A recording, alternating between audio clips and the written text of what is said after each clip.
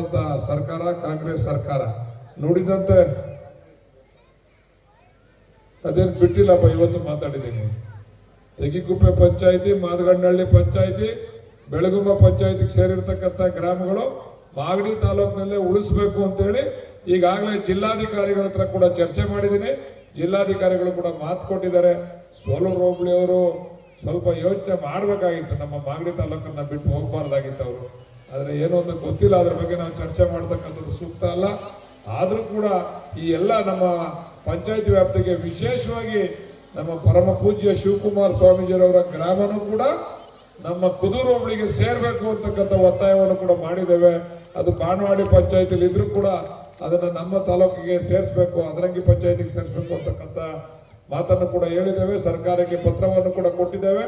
ಅದರಿಂದ ಅವೆಲ್ಲ ಗ್ರಾಮಗಳು ಸೇರ್ಕೊತವೆ, ಅದಕ್ಕೆ ಆತಂಕ ಬೇಡ. ಇಂತಕ್ಕಂಥ ಗ್ರಾಮಗಳೆಲ್ಲ ನಮಗೆ ನಮ್ಮ ತಾಲೂಕಿಗೆ ಸೇರ್ತವೆ ಅಂತಕ್ಕಂಥದ್ದನ್ನು ಹೇಳ್ತಾ ಈ ಒಂದು ವಿಶೇಷವಾದಂಥ ಕಾರ್ಯಕ್ರಮಕ್ಕೆ ನಮ್ಮನ್ನ ಕರೆಸಿ, ಬಹಳ ವಿಶೇಷವಾದಂಥ ಕಾರ್ಯಕ್ರಮ. ಅಥವಾ ಆ ಮಕ್ಕಳು